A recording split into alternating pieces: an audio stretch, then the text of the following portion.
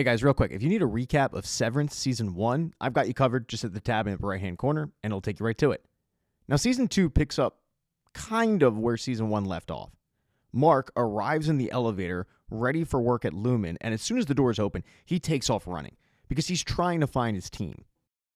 Unfortunately, there's no sign of Dylan, or Helly, or Irving, or anybody, and every time he turns down a different corridor, it just looks a little bit different, because it's pretty clear that Lumen changed things up.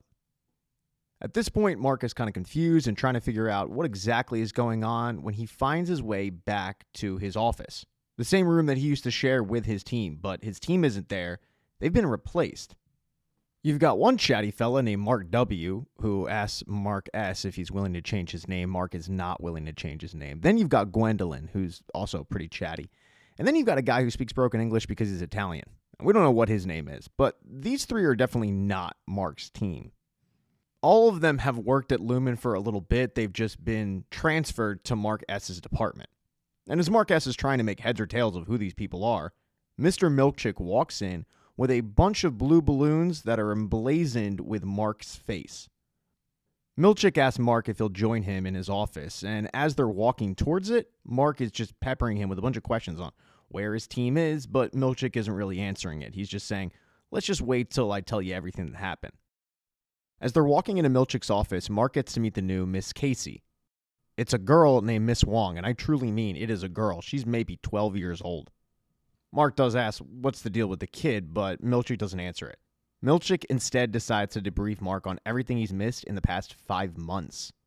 Miss Cobel is gone. She's no longer with Lumen, and now Mr. Milch is in charge. They're literally standing in Miss Cobel's old office.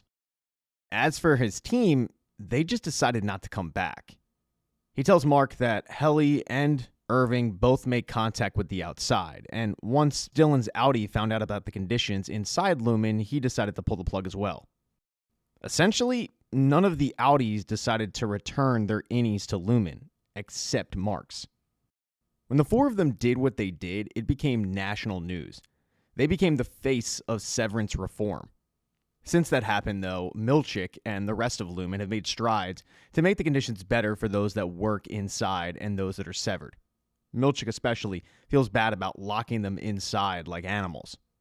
He does, however, put a lot of the blame on Miss Cobel, and he mentions how Miss Cobel was at Mark's Audi's house.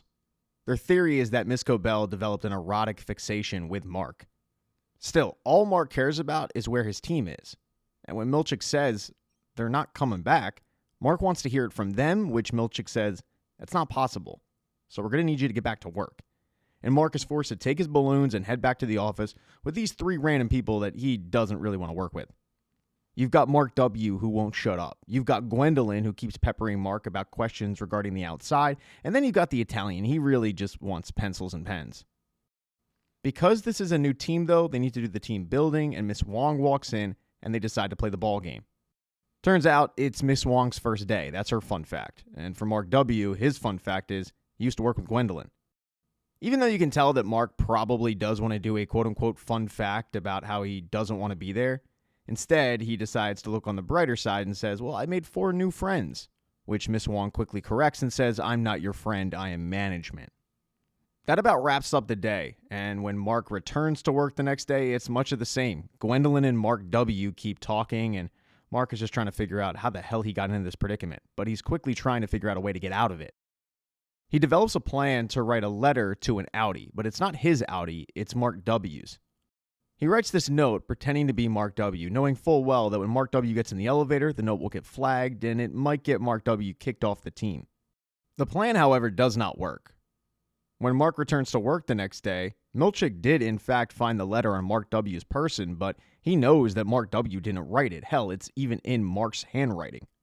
And even though Mark denies it, Milch and the rest of the team know what Mark did. Eventually, though, Mark caves, and he tells Milch, I don't know this team, and I want my team. What part of that don't you understand? To which Milch grabs the supervisor badge off of Mark's body, and he gives it to Mark W., making Mark W. in charge of the team.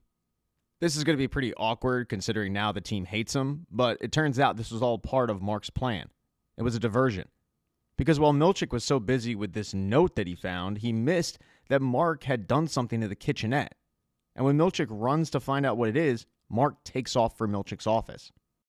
He finds the intercom that Cobel and Milchik used to talk to the board with. And knowing he doesn't have much time, he quickly gets to the point and says, "I need my team back." The last thing he's able to say before Milchik pulls the plug is, "They're my friends, you can't just make them disappear." But it seems like that's kind of what happened. This little stunt really pisses Milchik off. It's usually around this time where Mark would be sent to the break room, but instead, Milchik just walks him to the elevator and says, "Goodbye, Mark S." And Mark doesn't know if he's getting fired or not, but he arrives back the next day, albeit on a completely different floor. And as he's trying to figure out exactly where he is, another elevator opens, and it's Dylan. Mark quickly tries to fill Dylan in on the fact that he's been back for a couple days, the team's kind of been replaced, Cobel is out, Milchik's in. And you got to remember, even though it's been 5 months, to Dylan, the last memory he has of Lumen is being tackled by Milchik in the room. As the two are talking, another elevator door opens and it's Irving. Unlike Dylan, though, Irving's not nearly as talkative. He just kind of walks off. And then the final person to arrive is Helly, who gives Mark a big hug. As the four of them are trying to gather information from one another, Miss Wong walks in, taking everybody by surprise because once again she's a child, and she lets them know that Mr. Milchik is waiting for them in the break room, which everybody gets concerned about. But Lumen actually has made strides. The break room's completely different. Inside, you still have a projector, but it's a very welcoming scene. And what Milchik wants to show them is a video that every new employee is going to see. You got kind of the history of Lumen, and then you've got the story of them, their uprising, if you will. And the video finishes up with the strides that Lumen has made to make it better for those that are severed. I mean, you've got new snacks like fruit leather and salsa. You've also got new incentives like hall passes and pineapple bobbing. And then you've got a new fun mirror room. At the end of it, Milchik tells them that even though they've had their differences, he respects all of them. And by the end of the day, they'll be able to choose whether they want to remain and work at Lumen or not. Not their Audi, they'll get to choose. Milchik then takes off, but he does let them know that the break room has no cameras, no microphones. He's not listening in, so he's going to let them talk about the situation. The first thing they do, though, is not to discuss whether they're going to stay or leave. They discuss what they saw out there. Mark tells the group that he actually knows Rick and Hale. And while that comes as a huge shock, especially to Dylan, the big thing was that Miss Cobel was also there.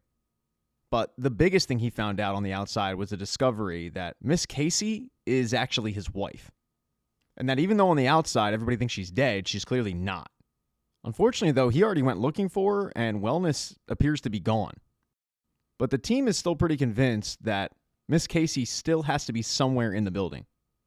Then it comes to Helly's turn to tell the group what she saw on the outside, but she doesn't reveal her true identity. She just says, "Yeah, I was just inside an apartment. It was pretty boring." The story, though, doesn't really add up with Irving. He already starts poking holes in it. But then it's time for Irving to tell the group what he saw, and he's clearly shook by whatever happened up there, and he tells the group it's not our world. That's what I saw. He gets so upset that he walks out, to which Dylan chases after him. That leaves both Mark and Helly, and it's a little bit awkward because they clearly had a thing going on, and Mark just told everybody that his wife is also working at Lumen, so he clears the air and says, "Hey, me and Miss Casey never had anything going on." But because he knows that Miss Casey is his wife on the outside, he feels that he has to get her out of there. As for Helly, she feels like she doesn't really owe the Audis anything, but Miss Casey's one of them, so she also wants to help out and find Miss Casey down there, meaning she's going to stay as well. As for the other two, when Dylan finally catches up to Irving, Irving tells him, "I failed. I didn't do the objective. I went and found Bert. And it turns out he's married, or at least he's got somebody and he's happy." It seems like Irving is leaning towards leaving. And before he does, he gives Dylan a big hug, but then he starts whispering in his ear, as to not be heard by any potential microphones, that he woke up in his apartment and he was standing in front of an easel, and his Audi had painted the same thing over and over and over again. There's a black hallway with an elevator pointing down. He has no idea why his Audi did this, but he wanted to let somebody know before he left. He then tries to leave, but Dylan doesn't let him. He says, "Look, man, I'm sorry that Audi Bert has a husband, but you didn't fall for Audi Bert. You fell for any Bert." They go back and forth on whether or not Irving wants to live with the pain, not having Bert. Dylan trying to convince him to stay because, as Dylan puts it, "I need you here." But during the discussion, Miss Wong comes over and tells Dylan, "Mr. Milchik wants to see you."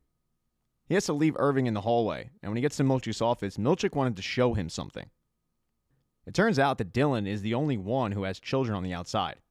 So Milch tells him that his wife on the outside is named Gretchen. And then he shows him blueprints for a new renovation called the Audi Family Visitation Suite. It would essentially allow the innie to meet those that are close to the Audi.